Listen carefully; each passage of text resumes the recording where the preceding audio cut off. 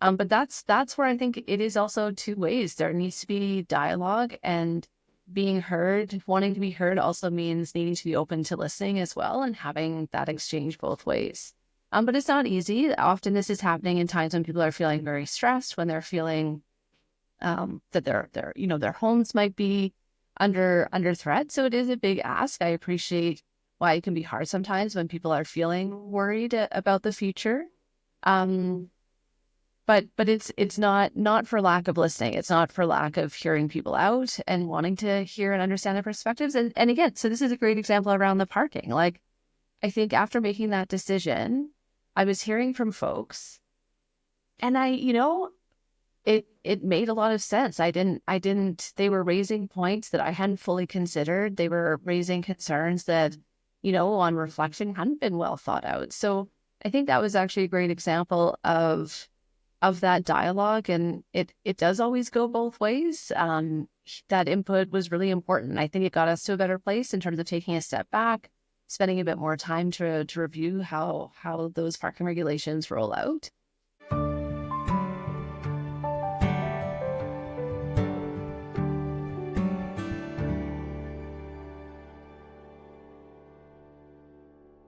Welcome, everyone, to another episode of Dialogue Over Division, and I'm very pleased to have with me today Anne Stevenson. Anne is actually my city councillor in Edmonton, and I ran into Anne at a booth she had at a local market, and we got to chatting, and I told her about the podcast and how I'm trying to bring people together and talk about civic responsibility and how to get engaged, and Anne was happy to join me. So I'm very pleased to have Anne today.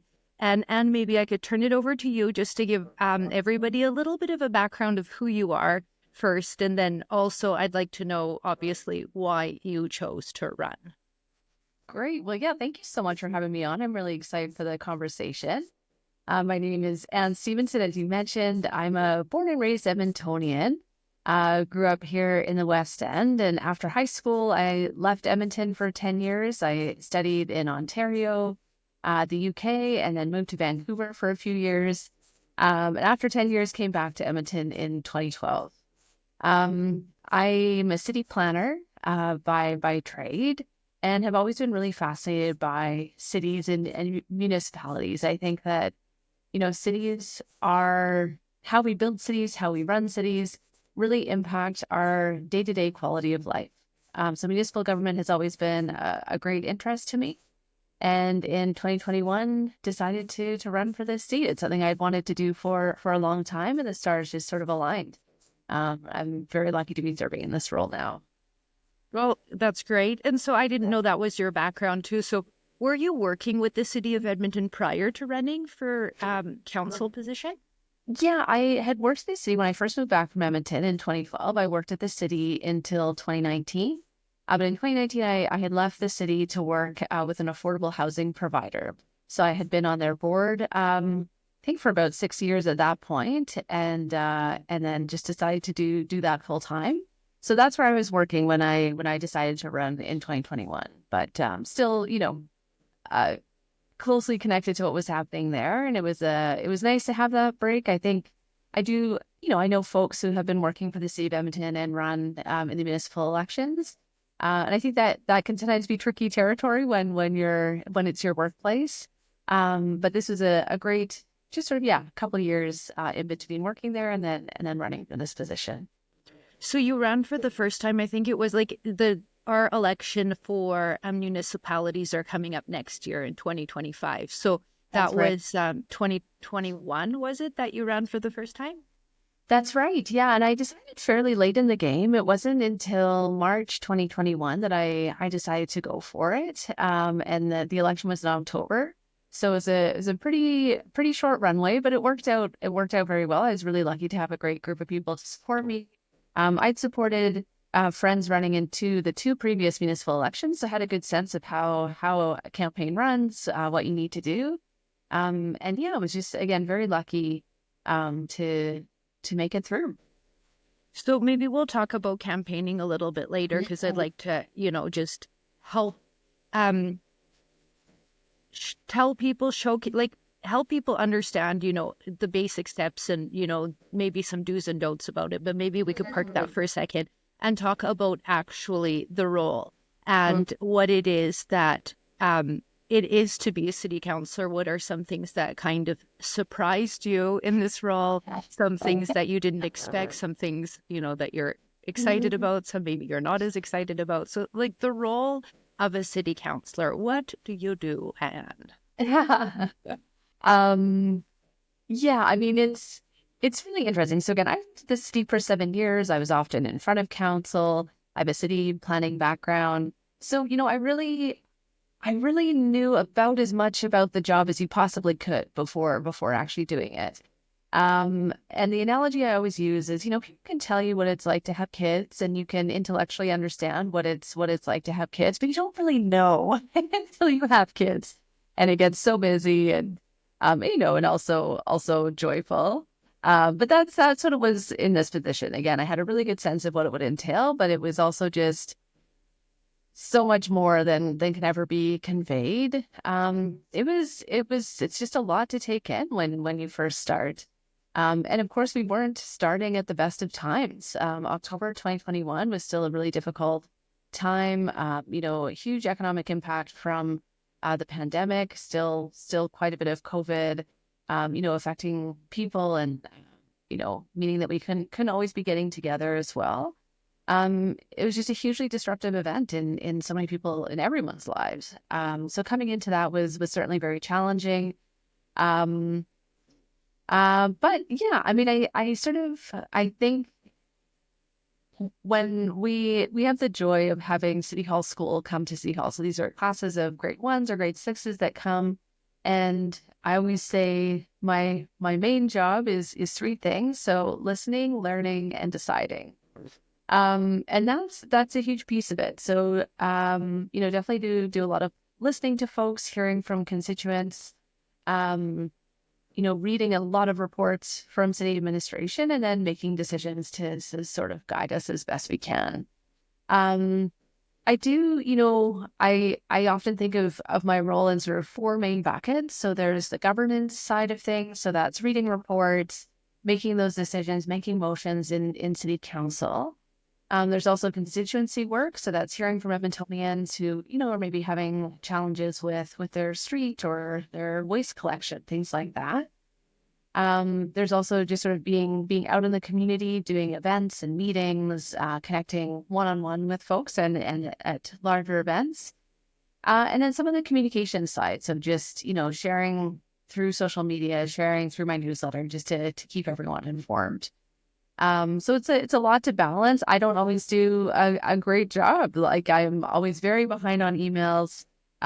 It's just a huge volume of work, and but I love it. I think what I love most, well, there's lots of things I love most. I love connecting with folks. Again, I just think I serve such a wonderful community. Even difficult conversations, folks are reasonable. They're passionate. They have reasons to be concerned. And they share that really respectfully and constructively.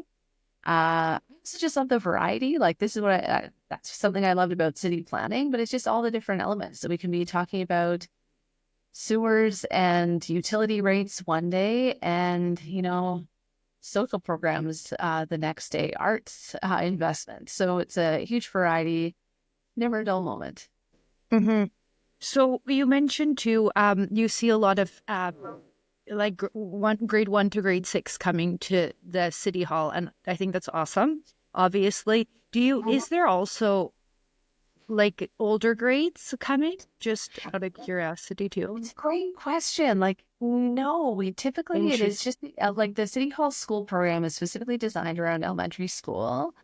It sort of ties in with their curriculum, but yeah, we don't always have high school students, for example, junior high students. It can happen on occasion, but there's not a super formalized program that at least I'm aware of. But we do have the youth council. So that's sort of totally separate, but their own youth city council, which I think is a great program, helps to bring some of that young leadership in. But yeah, so they're like counselors, pretend counselors having a session. Okay.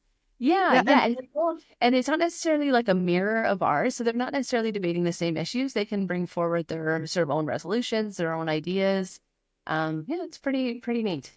okay, well, that's great. And that's through the city. Mm-hmm. So the reason I asked is because when I try to get people civically engaged, I remind people as much as possible that municipal government is the one place where you could actually speak directly to the mayor and the councillor. You can't do that at parliament. You can't do that at the legislatures.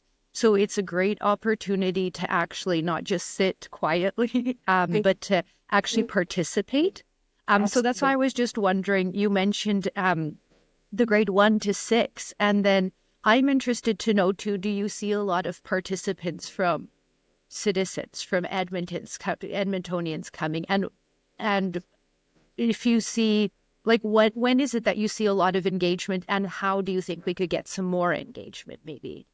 Yeah, it's a great question. So we're very lucky to hear from many Edmontonians and a huge range of ages. So we do have kids, teenagers, grown-ups, seniors come and present to us at both our committee meetings. So all council committee meetings are open to the public. You can register to speak and share your thoughts with council directly, as you say.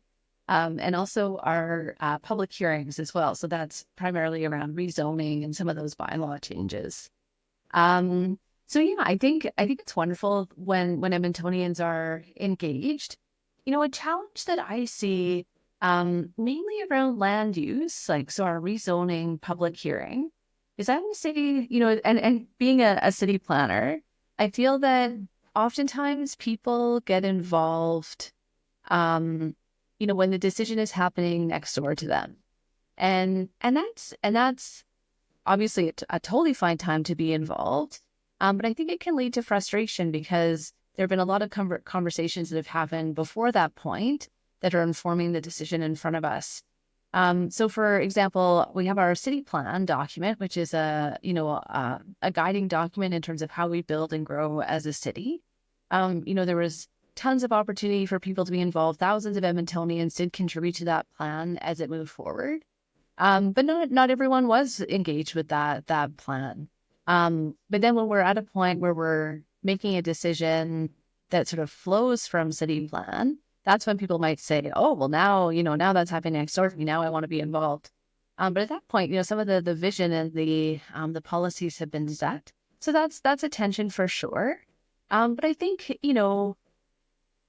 the feedback we get from the public around land use, around many of our other committee reports as well, is so important in terms of how we continue to evolve, how we, yeah, like our planning is always a living document, right? It's always a living process, and that feedback is so important in the calibration. I always talk about the triangle of how I think we get to decisions, and one side of the triangle is our policies and vision.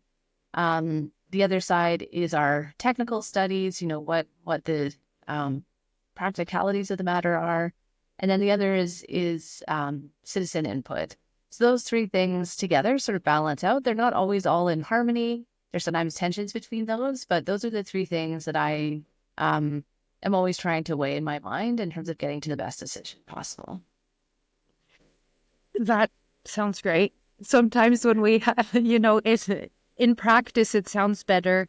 And then, I think kind of let's maybe talk a little bit about the elephant in the room too, is that I think sometimes, at least I've seen a lot of citizens feel discouraged from getting engaged because they think they've done everything they can. They've talked to their elected officials and they're not getting responses. And the other one, I don't want to make you talk about things you're not really comfortable with.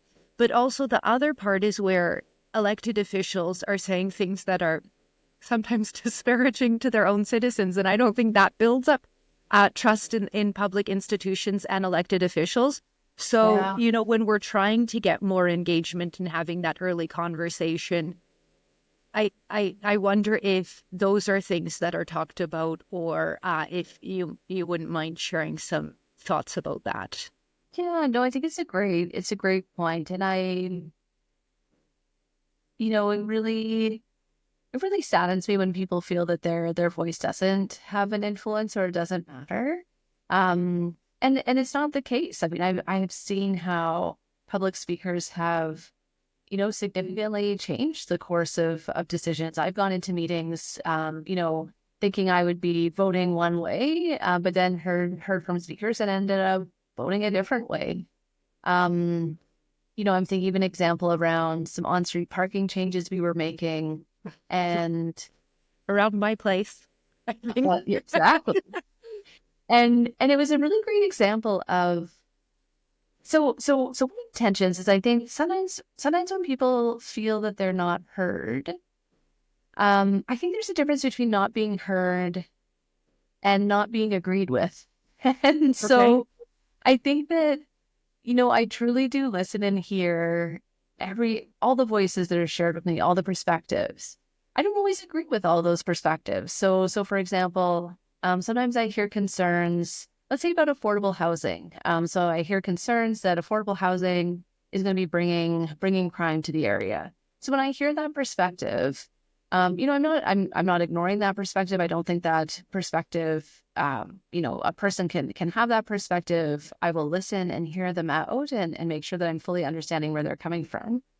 But then I often try to share, some of what our data shows, some of what, other neighborhoods' experiences have been, which is that, those two things aren't correlated, that affordable housing isn't correlated with criminal activity in the area.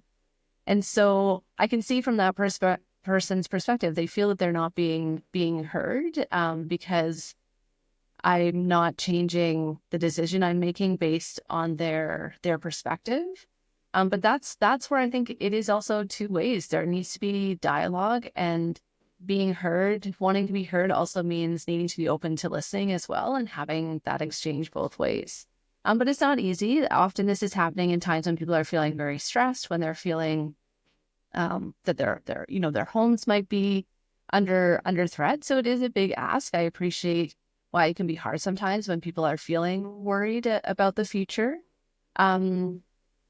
But it's not for lack of listening. It's not for lack of hearing people out and wanting to hear and understand their perspectives. And again, so this is a great example around the parking. Like, I think after making that decision, I was hearing from folks, and it made a lot of sense. They were raising points that I hadn't fully considered. They were raising concerns that, on reflection hadn't been well thought out. So I think that was actually a great example of that dialogue. And it does always go both ways.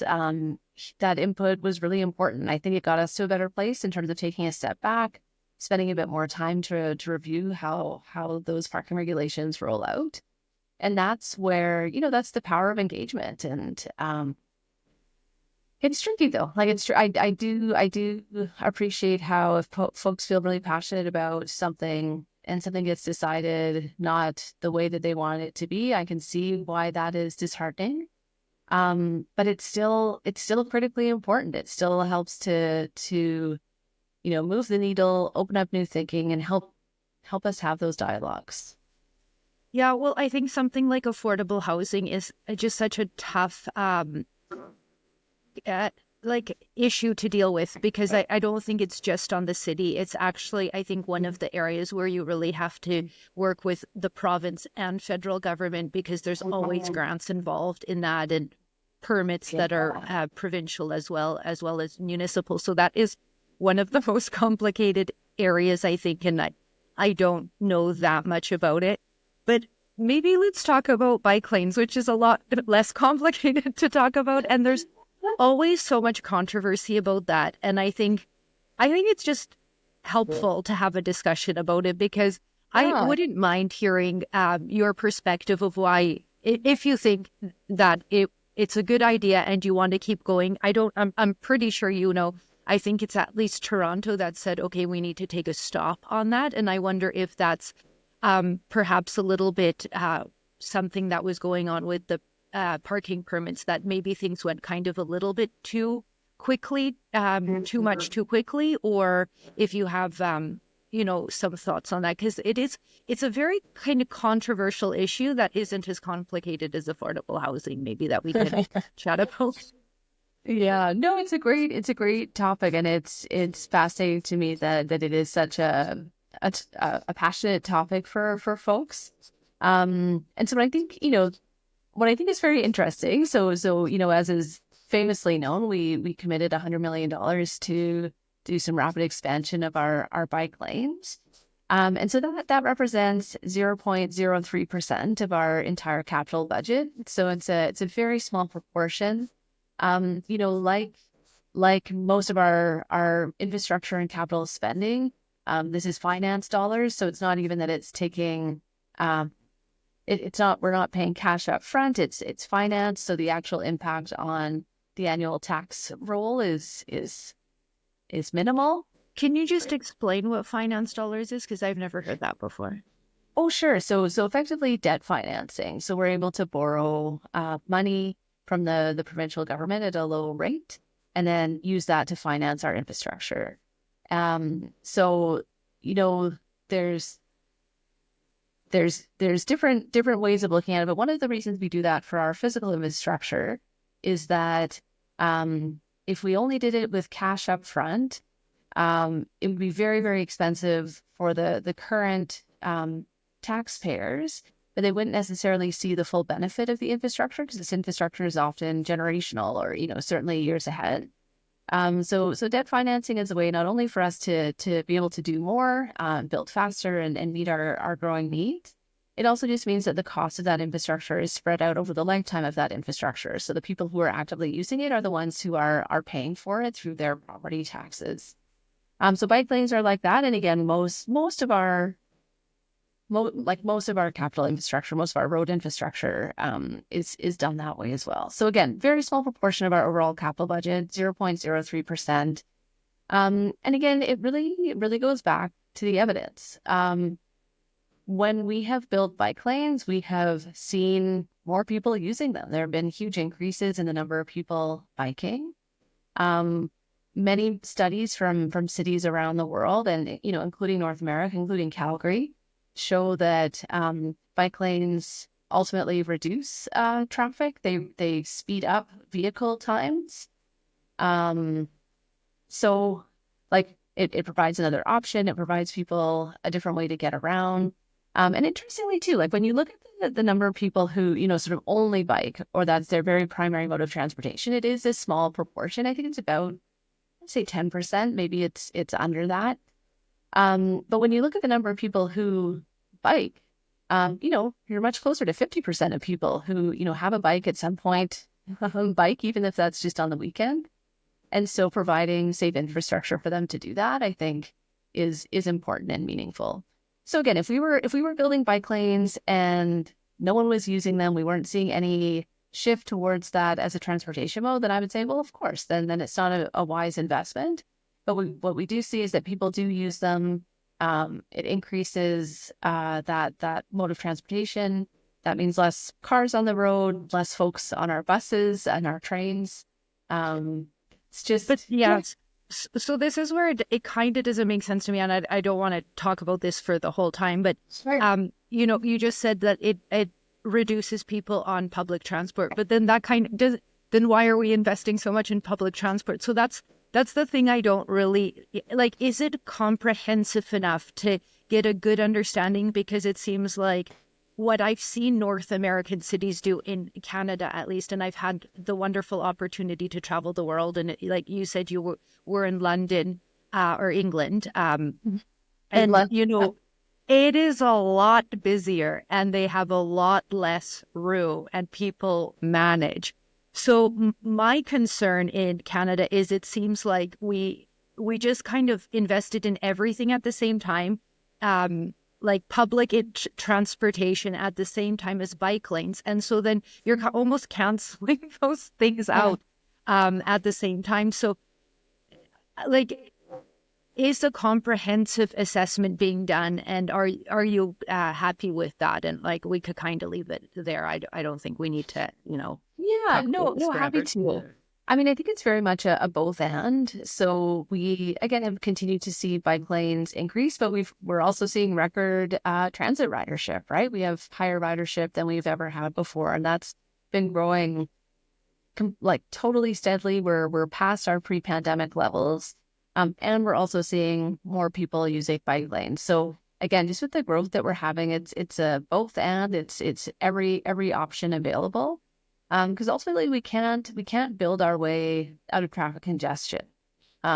We There's just a physical limitation to how So that's wide the we grow. concern. Is it congestion that's you're looking for a solution to that? Absolutely. Because we're growing to a city of 2 million, and we have at this point more, like the equivalent of more than the city of Red Deer has moved to our city in the past 2 years. And if all of those new residents are driving, like it's gonna be gridlock, right? So that's really the intent, to just ensure that people can continue moving around our city. And with our population growth, we can't all be driving cars. It just wouldn't work. Okay. Yeah, I hope that there's assessments, and then I've just seen it where it seemed like it's very similar even to the parking thing. It was one day we're doing this, one day we're taking it away, or bringing it back. And I've seen the same even with bike lanes in one area, and it's like, who is making these decisions, and why is it seem so reactive? And like, if we're really looking at future, then this shouldn't be so like last minute. That's what it looks like to a citizen. Well, and that's a really great point, because I think when some of those bike lanes, that would have been in like 2014 or 15, I think, where there had been a bunch of sort of like painted lines that had been drawn, and then they got pulled up again. I think what's really different now is that we do have a comprehensive bike plan. So it's, very carefully mapped out. There's an entire strategy. This was like 2 summers ago. 2 summers ago. Oh, where was anyway? It was, which, and that promenade. Victoria Promenade. Yeah. Yeah. And then on a weekend, they're like putting it all up on 2 sides of the road. A month later, it's down again. And I'm like, come on. Like, didn't we learn anything yet? So to be fair, that was a pilot program, so it wasn't intended to be permanent infrastructure. There had been engagement beforehand, but many people didn't feel that it was adequate, so it did come as a surprise for many people. But it was intended as a pilot. It was definitely there for more than a month. I think it was there for six months or so, which was the intended pilot time. And we learned through that. I mean, I will agree. I think there's still some design elements. So I will confess, you were mentioning sort of, one bike lane on each side of the street. So we call those like unidirectional. With those posts, like it was like, okay, anything else? And it's like bells and whistles and this and that. Yeah. And so like I personally am not a huge fan of the unidirectional bike lane, because it takes up a lot more space. You often have to take away curbside parking. So what I hope to see on Victoria Promenade, and there's some options out right now in case you want to fill out a survey, so for the neighborhood renewal in Wigfentuin, in that neighborhood. What I think makes sense, there's that existing bike lane on the south of the street, just making that a bit wider so that it can fit two directions of bike lanes. Then you get to keep the on-street parking. You avoid all the conflict with the Rams. So again, it's not to say that it's perfect, but there's also some road designs that I find very baffling as well. So I don't think that it's exclusive to bike lanes. We need to continue to have these conversations. And that was the value of the pilot on Victoria Promenade, is that before anything got set in stone or concrete, I guess, people got to test it out, see how it worked, and then find the best way forward. Okay. So we kind of talked about this a bit, and everything we've been really talking about is kind of municipal jurisdiction. And this is another thing I would like to chat with you about is I see sometimes there's confusion within citizens about jurisdiction of different levels of government. And that one, I kind of get, and I'm trying to do my best to help educate there. But sometimes I see the same thing with elected officials, kind of jumping out, and there, when I was talking about building trust and that kind of relationship with elected officials. What are your thoughts on, elected officials sometimes, or not governments kind of going a little bit outside or a lot outside of their boundaries, and how that helps or detracts from building that relationship with citizens. Yeah, well, I would love to dig into some specifics. I know that the city council has often been accused of sort of pointing the finger or blaming the province for issues that we're seeing in our city. And then I think there's um, discussion that we're not doing enough to build a positive relationship with the province. We're antagonizing them. It's something I really struggle with. Like I can only speak for myself. But we're in a situation where, as representatives of our community, we're seeing challenges in our community. We're hearing about challenges in our community. And we as a municipality don't have the tools to address it. So let's focus very specifically on Sure. healthcare. Okay. So we know that uh, having the crisis around addictions, having folks who are on our streets who don't have access to healthcare that they may need. That's something that I hear a lot about in my ward, and concerns from many different folks. What's really challenging is, as a city, again, we don't have we don't manage healthcare. We don't have access to those resources.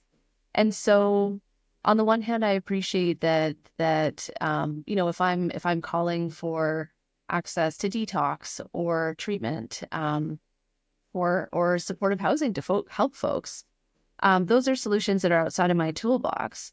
But I think to not ask for them and advocate for them would not be representing the interests of Edmontonians as well as I could.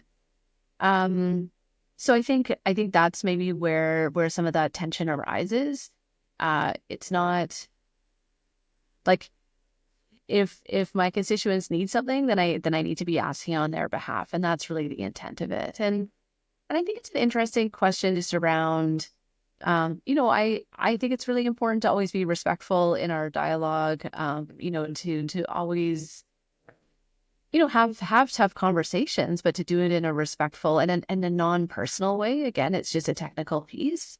But I think it's interesting when, like, I think about it in the sense that it's my job to serve my constituents and serve Edmontonians. And if someone writes in with a concern or a complaint, I don't ask them if they voted for me. I don't look at the polling data around their home and see if I won that poll, and then that decides if I'm going to help them or not. I don't see if they've said anything mean about me on social media. I help the people I serve. They don't have to ask nicely. I like it when they ask nicely. But I just can't imagine saying to someone who reached out to help, well, yeah, you said something mean about me on social media, so I'm not going to help you. That's I think unacceptable. I don't think an Edmontonian would accept that of me. So this is just where, again, I struggle. I think we always should be striving to be polite and kind and respectful in our interactions. But ultimately, we are all serving Edmontonians, Albertans, and we need to do that as best as we can, regardless of who's asking or how they're asking. Yeah, and I'm totally with you on that, and I think it's nice to hear that. And I get it sometimes, the frustration from citizens, and of course, respectful dialogue is the goal and where we should be.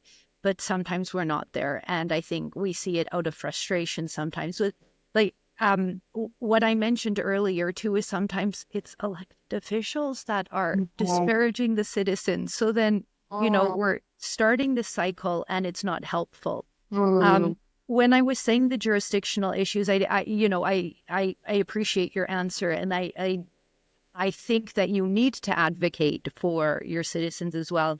But just talking about the homeless situation a little bit, like, you and I both grew up in Edmonton.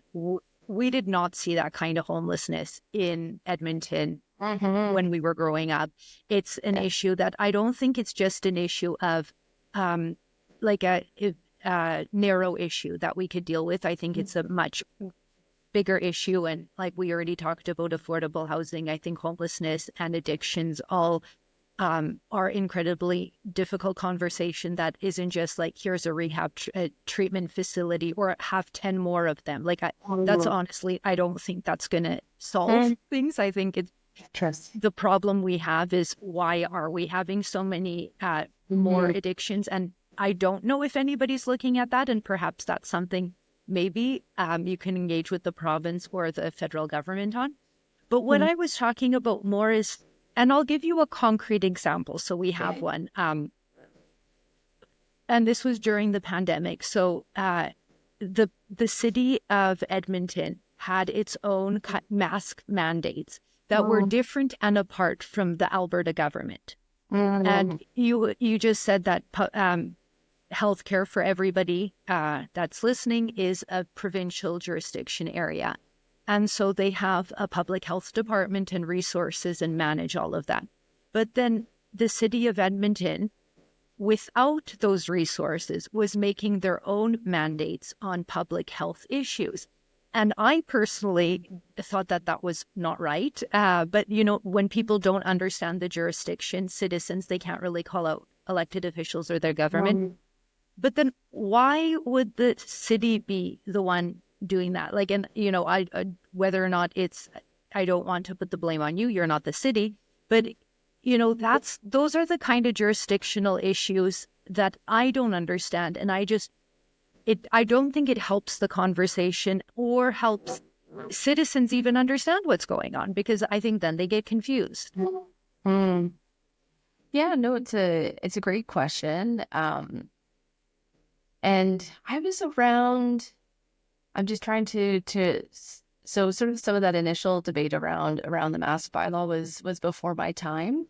But I think it's a great question. And for me, it comes down to, again, are we basing these decisions, are they evidence-based decisions or are they political decisions? And so my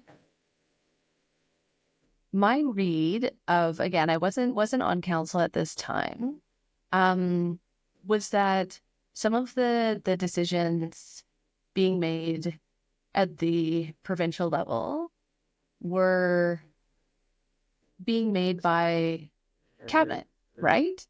Not necessarily by health officials. And so I think that's maybe where the tension came out. Ultimately, you know, I was supportive of the mask bylaw. I'm just trying to remember, there was one vote, I think, when I voted in support of continuing a mask bylaw. And that was really based on, I think, the weight of evidence from public health officials across Canada. For me, it was a small measure that could help protect and keep Edmontonians safe. And so that for me is, again, turning to the evidence and looking, again, it's never 100%, but the weight of the evidence in my mind favored taking that precaution. Okay. Yeah. So my views are very different on this. And in the end, we were able, there's a decision that did show that they were all illegal, but that was because, like you said, they were political decisions in the end. But yeah, that's when you said they were political decisions by the province. You wouldn't ascribe that to the city's decisions. You believe the city was making them now based on what they were seeing across Canada, and that they had the capability to make those decisions. Yeah, I mean, it's a great question. And again, I wasn't around the table some of those main decisions. But my understanding, like we had a public health advisor. We've had a public health advisor advise the city sort of as a special liaison. So there was that expertise in the room. But I mean, I think you're right that ultimately it shouldn't be politicians. It should be health professionals making those calls. I think that there was, it just wasn't clear that was the decision making process. I'm just trying to remember, and you might know in terms of what, because there was never a federal mask mandate, was no, there? because they don't have the jurisdiction to. So what the city did was just implement in their city facilities or on buses anything that they could regulate, because you didn't have the jurisdiction to put it across provinces, where the provinces had the jurisdiction to do it on any, provincial, any body actually, because of the public health component to it. Yeah. So they had that kind of widespread net they could do because they have that ability. But the feds could have done it for federal buildings, but I don't think they ever did. Mm. Yeah. Yeah. Yeah. And I think there was, the chief health officer. I think, again, it was sort of looking at the weight of evidence. As a city, again, many of our facilities serve folks who are marginalized or vulnerable in other ways. And so, again, taking those precautions for our neighbors in city facilities seemed like a reasonable approach to me. Yeah.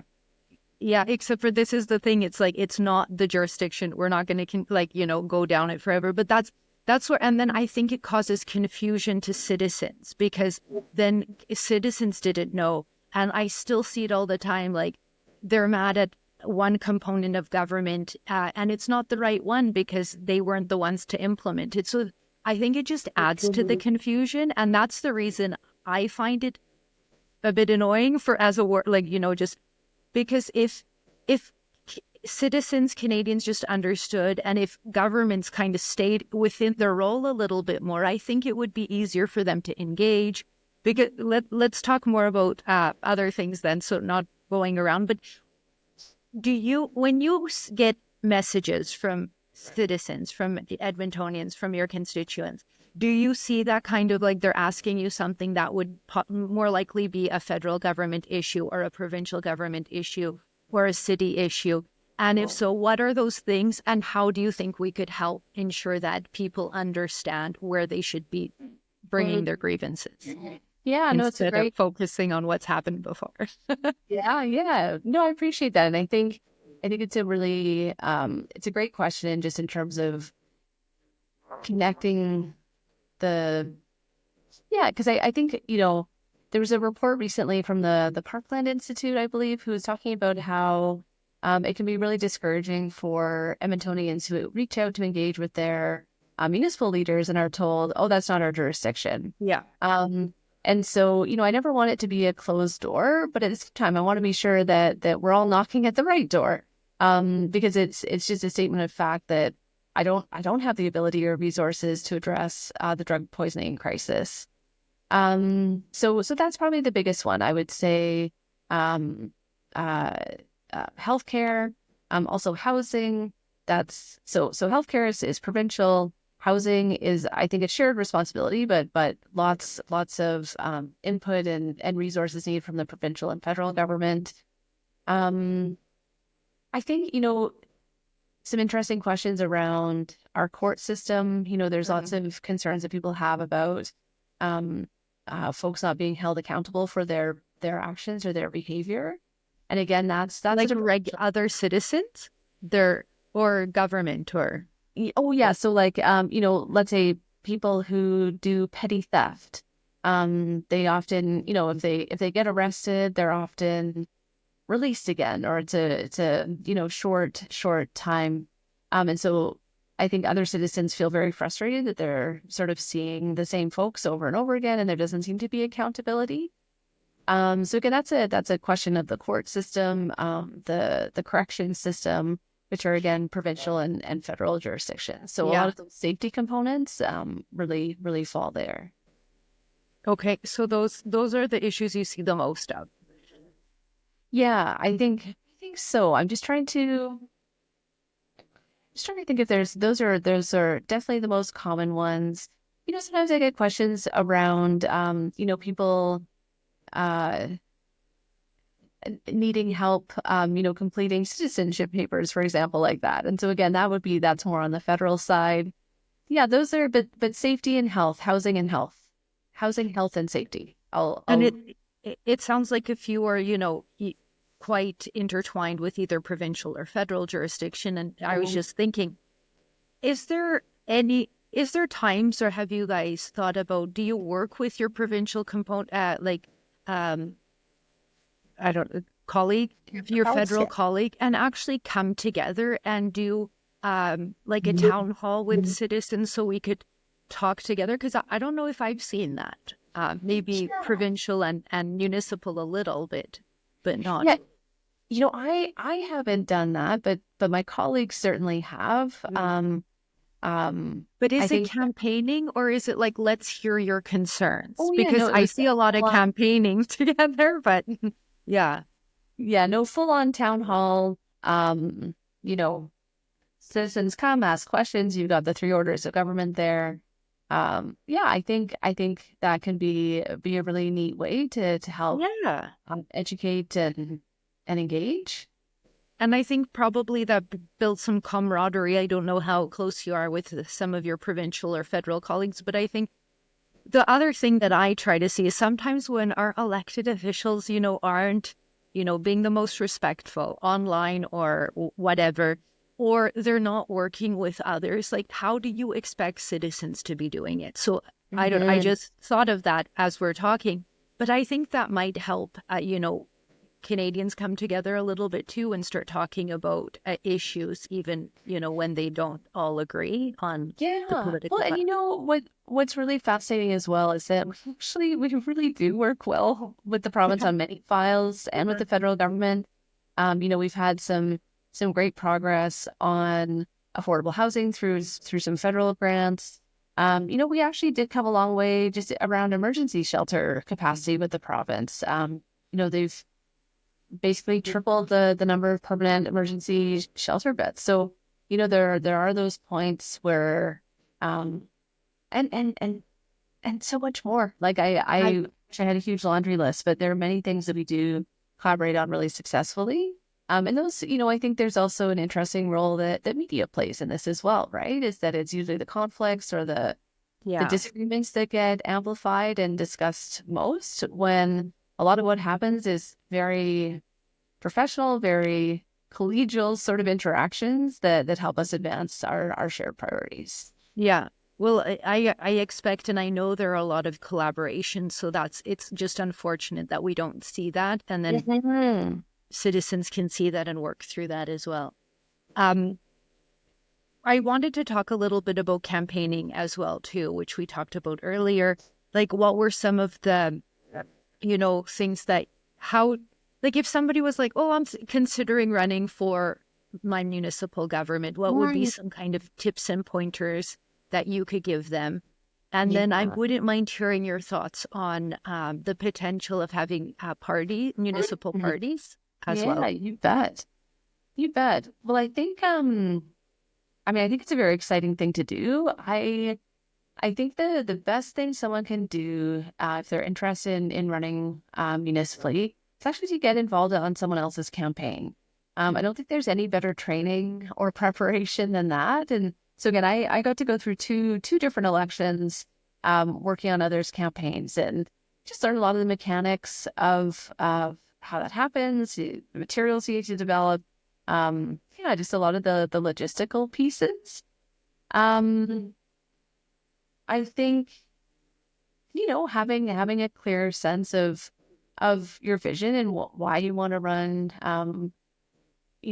Looking at some of our current guiding documents and figuring out what you think doesn't work about that, what you would want to do differently. Um, yeah, I think something that's also really important to remember is that there are other, like, winning is not the only way to run a successful campaign.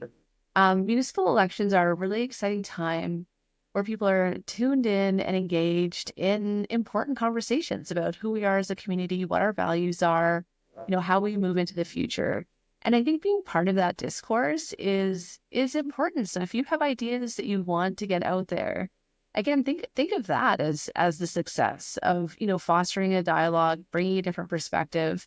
That's healthy. I think again, you know that it always needs to be respectful, but disagreement and tension, that's how we progress. That's how we continue to move forward. I think all thinking the same things, having, you know, the same candidate saying the same thing is not helpful. It's great to be challenged. It's great to engage in that dialogue. And that's a really exciting thing that I think can happen through the municipal election process. Yeah, well, that's one thing I'm also trying to encourage people and remind people of, even if your elected official is from a different party than what you generally stand for. It's so important still to have conversations. And I used to, years ago, work at a constituency office for a provincial, my provincial candidate, or he was elected official. And he started as a Liberal candidate, and then he became independent, and then was a Conservative. And I was in in his constituency office during that time taking the phone calls. But he was just such a people person that people loved the man. It really didn't matter the politics, but he had people coming in and out of his office all day long. And I just don't see that happening so much anymore. And this is why I do put a little bit of the blame more on the elected officials, because it's their actual job. So then I think people get discouraged. I see my elected official right now, door closed, all the time. And I just not what I'm used to from years ago, but I see that that's happening a lot more. And I don't think that helps foster it. So if we could have more of even those town halls, so that it was great to see you at that local event, because I went up to you, we had a chat, but otherwise I was like, I don't know where Anne's office is. I've been meaning to call her, and then you were just right there. So we had a nice chat. It just makes it so much easier. And I really hope with this election coming up that we could have more town halls and discussions and candidate forums. It's just so great to get people talking and having those discussions instead of arguing with each other online. Yeah, absolutely. And I think you're right. There's something about in face and in person that's really different, and it's important. It isn't replaced by social media. Yeah, I love candidate forums, and I think you're right.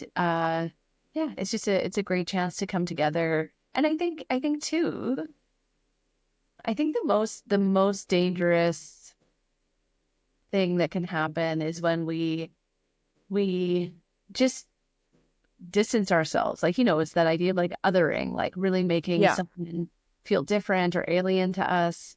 And that's just not the case. Again, I have the privilege of getting to talk to a lot of people, and I connect with people who, on the surface, or maybe how it's portrayed, the narrative is that they're diametrically opposed, can never see, but I often see, 80% common ground between those two sides. And yes, there are some really tough and important and, opposing philosophies for maybe 10%. But we can also focus on the 90% where there is agreement. And then, just focus on that last 10% rather than completely writing off. I think that's what I struggle with, is there's just a write-off of other perspectives, instead of saying, there is value here. There are some good things. I'm not going to go all the way. I don't believe with this 10%. But the rest, we can move forward together on. Yeah. Well, and I don't know if you missed it on purpose, but I did ask about your thoughts on the municipal parties. Oh yeah, no. I'm happy to talk about this. I'm really disappointed to see them being introduced at the municipal level. I think we need less partisanship. I think partisanship is what can lead to some of that polarization and divisiveness. So I'm not planning to run in a party. It's interesting and frustrating that people running in political parties are being provided with a huge financial advantage for doing so. So again, I don't know what problem this is trying to fix. I've heard there's a desire to increase voter turnout. A city like Vancouver, which has municipal political parties, that hasn't been the case. They have virtually identical voter turnout at the municipal level to Edmonton. So yeah, again, not really sure what problem we're trying to fix. I think at the municipal level, I don't know what the politics of a sewer line is, right? They're not ideological questions the vast majority of the time. Okay. So is that your understanding? Because I don't know about this as much, and I've had mixed thoughts about it. But I didn't think that was where it was going, that it's an ideology about a sewer line. where I got to is that some coordination so that people have resources when they're running. So it's not, because I think that's one thing, at least maybe I could hear from you, is when you're running independently, as you did, that's a lot of work for you to figure out everything from scratch and figure out like even the rules, understanding the election rules and finance rules, like that can be a headache. Obviously it's, you can overcome it. But I think that's one of the things that they're trying to solve, if you were saying, but again, I'm not involved in these discussions, and that's the pro that I could see. And I definitely can see a lot of negatives as well. I think we can't get away from the partisanship. So I'm glad you mentioned that about, because we have that in provincial government and we have that in federal government, where the social issues can get a lot more contentious, thankfully, at a municipal level. Really, it shouldn't be very social or ideological, but it is anyway, sometimes. So what I'm hoping to see is, as more people participate and as more people get involved, I think that if we recognize that being in a political party, you should be able to dissent, you should be able to have your own voice in that. I think that's where I would prefer to see it go, and that will take work as well. So, I'm not, there's negatives and positives in party politics, and we see a lot of the negative stuff right now. Like, federally, what is going on? Yesterday was like the most wild day in Canadian history of politics. And this is a very established party, the Liberal Party, and it's just pure chaos right now. And so, if they were able to have a healthier dialogue within their own party, that would be good. I think it would be healthy, but we're just not seeing it. So, whether or not, and it looks like we're going to have municipal parties, so I think we're not going to get away with it. But I think maybe if that's what we're going to have, maybe that's where we could turn the conversation. Let's allow people within a party to have a dissenting voice, that they're not ostracized from the party, because that's what a healthy debate is too. So maybe if I could share those thoughts with you. Yeah. I mean, I personally would like to avoid parties altogether at the municipal level. I think your point in terms of it providing the party system, providing a framework just to help candidates fundraise, like it certainly is a lot on an individual candidate to do at the municipal level. I think that's a barrier that can be overcome. But like, I think what you're describing, like, that always is what rubbed me the wrong way with party politics at the provincial and federal level, the idea of having to vote along party lines. I think that is the most problematic aspect of parties, because it doesn't Then allow... let's change it. Yeah. I mean, but I don't think there's any legal reason you can't, right? No, of course not. And you used to. That's the thing. Look back a few years. It wasn't like this. It just has really, because, and I think social media, I think social media can definitely be helpful, but not helpful at the same time. So then the moment you step out of line and then people are then everyone piles on, and then the leader of the party is in trouble for something somebody said. And I think it was the cancel culture that caused a lot of this. It's certainly not something that would be illegal, but it just became a headache to deal with. And then you're trying to undo something. And I think that contributed to that problem. I mean, I think voting along party lines has been a long-standing tradition, though, right? Like, I don't think that there has been a time when, like, I know there were a few, like, very rare exception votes at the federal level where they allowed a free vote. But I think the practice, the parliamentary practice, I think, is always voting along party lines. And I think you're right. And that's sort of what I fear parties bring to municipal politics. Because when you look at the voting record of council, like, I'm often voting, I very rarely am voting all the time with the same people. I do vote, there are folks I vote with more often. But there are times when I'm on the opposite side from them. So, and that's because we're having healthy debate. That's because each of our wards have slightly different priorities or needs. We maybe come with different perspectives, different analysis.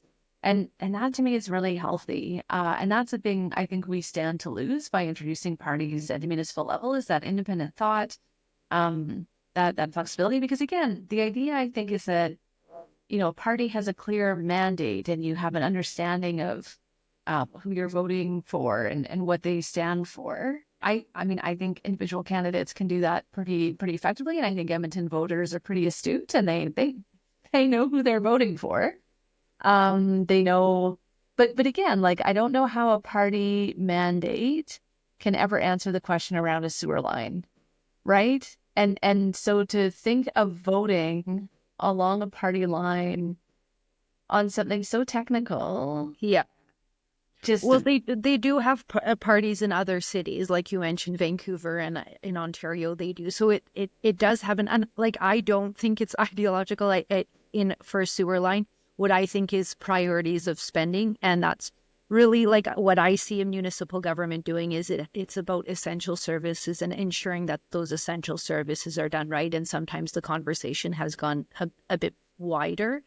But there was just one thing I did want to mention or comment on something you said, and then I just lost it too. no.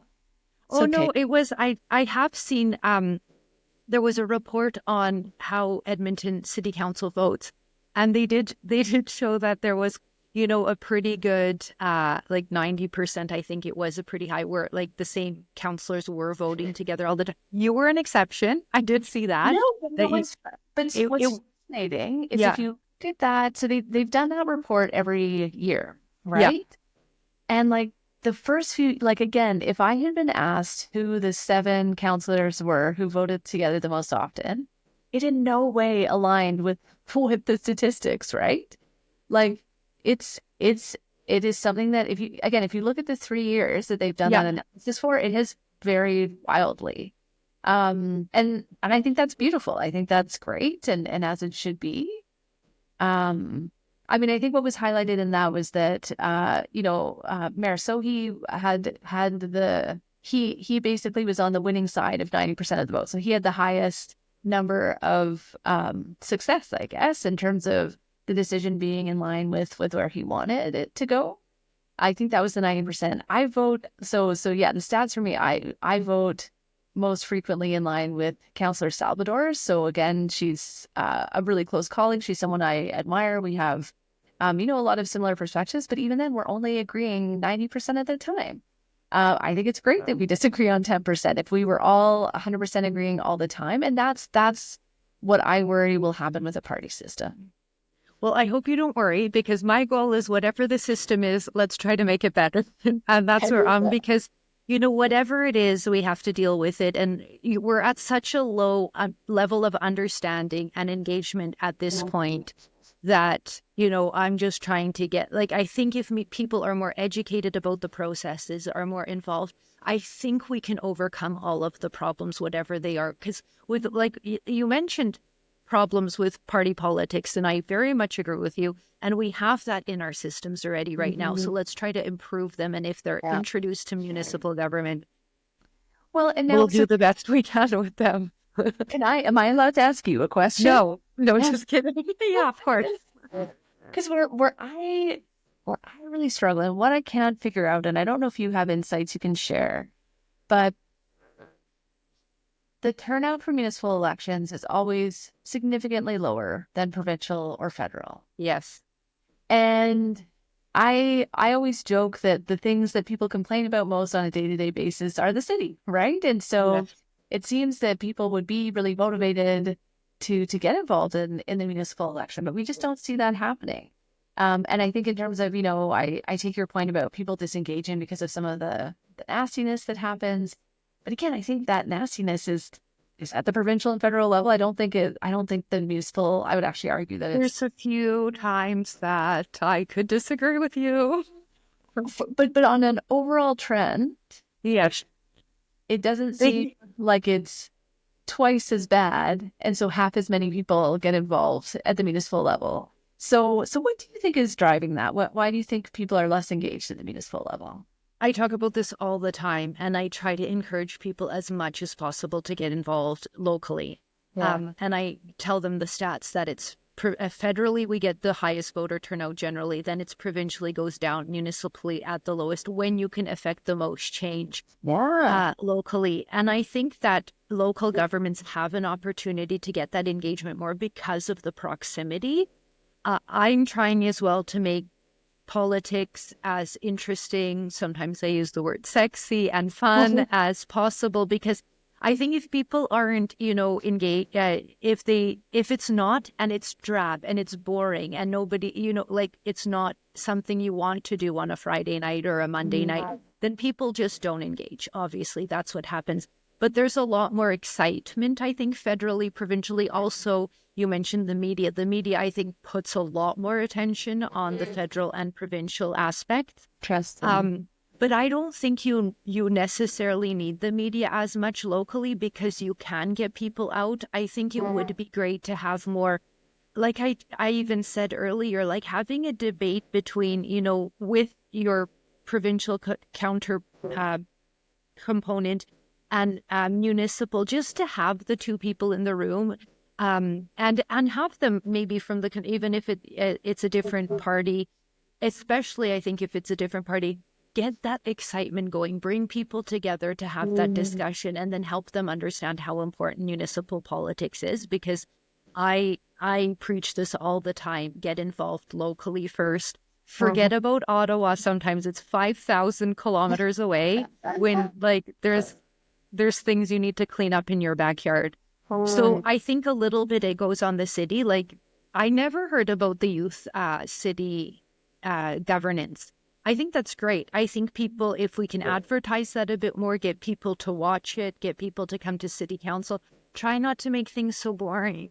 And then people I know, and this is just like municipal politics and or like, the governance that we do is very boring sometimes. I mean, I love it. I don't important, like you said, it's like essential services. Yeah. Well, and I think and again though, it's like, these are the things that are going to impact you when you step outside of your home. So if you complain about, if you are concerned, I don't mean to say complain, but like if you have concerns about traffic, if you have concerns about snow clearing, if you have concerns about parks and open space, like that is all municipal, right? Yeah, bike lanes, like 100%. That's all happening at the municipal level. Yeah, so I think there's an opportunity to do that. Like, I know that there's council, and you see it, I'm sure. Like, there's how many people come out to a community hall thing, but I think if we could just make them, and maybe by bringing in provincial people as well, just to get, like, just so people can see, oh my gosh, two different parties are coming together, and they could witness it, they can see it, and they can ask questions at the same time. I think that might get people out. Yeah, the only thing I'm thinking, like, I think a challenge is that, the colleagues, so at the provincial level, for example, I overlap with 3 different MLAs in my ward.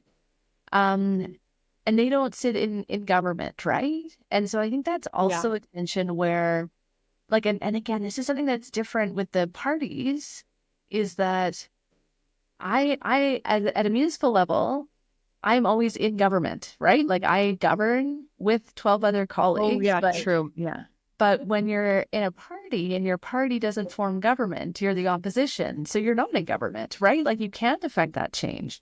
And so I think maybe that's also some frustration, not even just from a jurisdictional level, but, for MLAs that aren't in the government, they don't have the same tools. They don't have the same ability to respond and affect change. So I think that's another layer of, again, maybe why people get frustrated, because they reach out to their local MLA, their local MLA isn't in government, and they don't have too many tools. So I'm often encouraging folks to reach out to the ministers. So those folks who are in government, obviously, who can make those changes. But again, I think that's another layer of why people maybe, again, don't feel connected to the decision making that's happening.